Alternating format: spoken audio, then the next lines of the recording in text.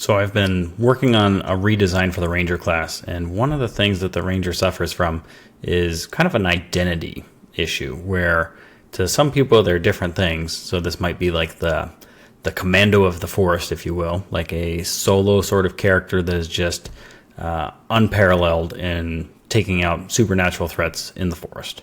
Other people have a sort of beast companion view for this character, where they roam with their panther or direwolf or whatever it might be.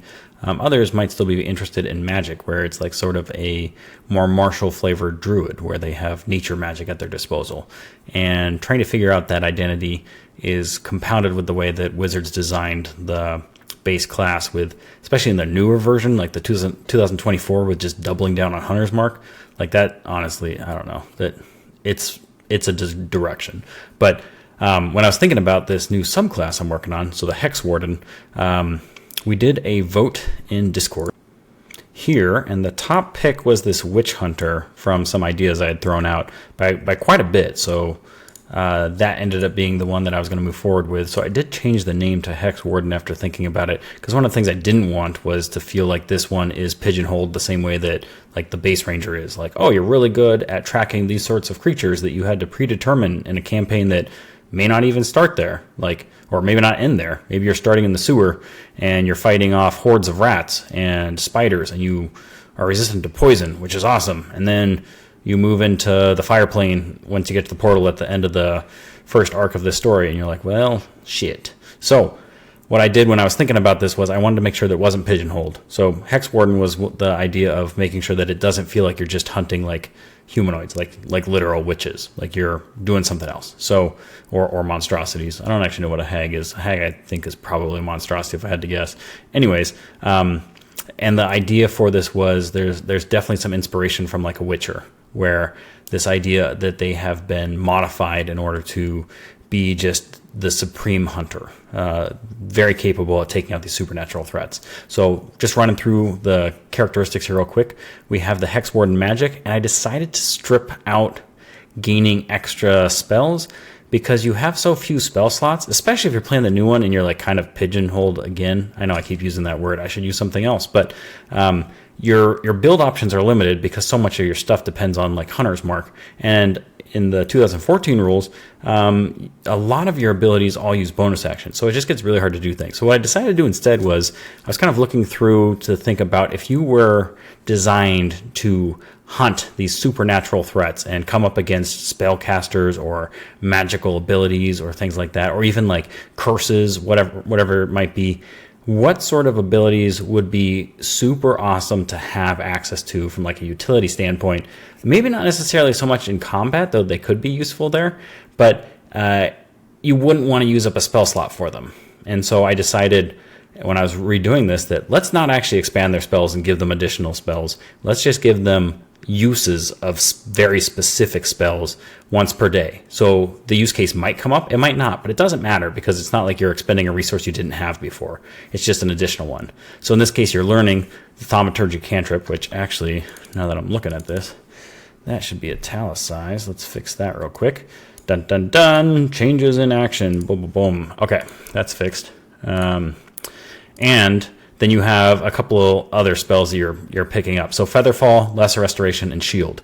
Obviously, Shield, super impactful combat. You only get it once, though. So you're going to have one round that is amazing. Maybe that's that one ability that you really need to block, and that's when you use it. Featherfall, awesome utility.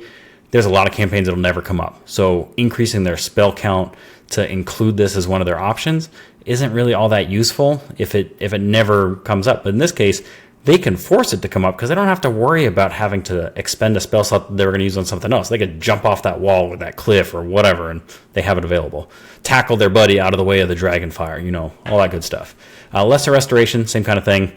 It's in like a really good flavor piece where they could remove some sort of condition, whether that's on a party member, someone they come across, etc. And then leveling this up. I still have to go through and balance this because I do have these coming online at 8th, which technically would be sooner than the ranger could normally get this stuff at 9th for a 3rd level spell. But anyways, counterspell and dispel magic would both be an option here to, again, be useful that you could use once. These ones could be used in combat. Counterspell obviously would almost always be in combat.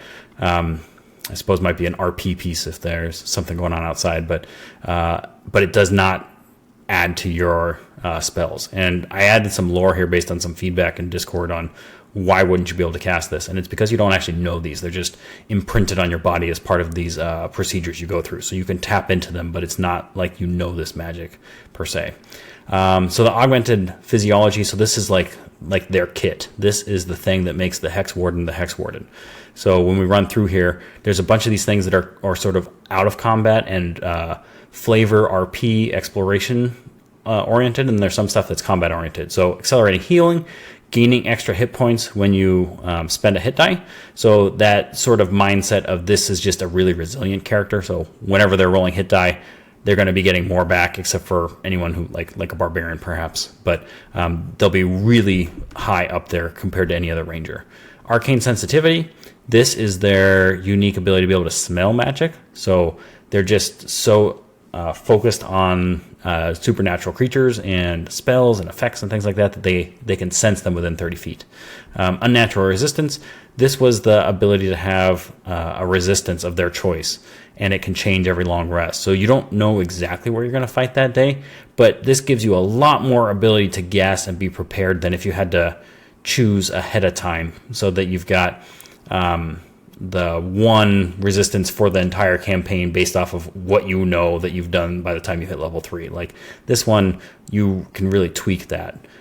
Witch Hunter, so this gets back to the original intent with the idea of being able to attack spellcasters and just getting extra damage when you attack them and having advantage on that attack. So really dialing in, I should clarify, having advantage and extra damage when you attack them and they're concentrating on a spell. So some of the like really strong spells that have concentration all of a sudden become a weakness for these creatures when facing you. Monstrous reflexes. So this is just sort of amping up your supernatural capabilities as you work to be able to fight supernatural threats. Gaining increased movement speed and then having advantage on dexterity saving throws and opportunity attacks. Arcane feedback. Giving you the ability to deal psychic damage whenever you save on a whenever you save on a saving throw. And this doesn't use a reaction, so the damage is a little limited based on just doing the spell level. So if you're saving on a level 1 spell, you're doing 1 damage. But because it doesn't have a reaction, if you get hit by multiple spells, you could potentially be triggering quite a bit of damage in any particular round, and it keeps going. You still have your opportunity attacks, which you could have advantage on potentially. And then we get to that surge. So this piece where if you do it more than once, you're kind of taking levels of exhaustion here, where it's just such a honed level that your body can only maintain it for a short period of time. Really dial in that sort of aspect of you've consumed something, you are crazy powerful, but only for a short time, and it wreaks havoc on your body. But while you've done this, it takes a bonus action so that it could be useful in combat, and it lasts for a minute. And then you gain a bunch of temporary hit points, you get some blind sight, you have advantage on a bunch of checks, so this could be used out of combat if you're trying to find something, track something, chase down someone, whatever it might be. And then you get to add your proficiency bonus to your damage roll, so it does have a damage boost there too. So anyways, this was a really cool idea, and I think turned out really well. I'm really glad everyone voted in the Discord for something along these lines and the direction that I ended up taking it. And I feel that it's going to be a super fun class to play. So I need to go through and do some balancing on it still. I'll add this in with the other subclasses, see how it feels. Eventually, this will get paired with the full-blown Ranger rebuild that I'm working on.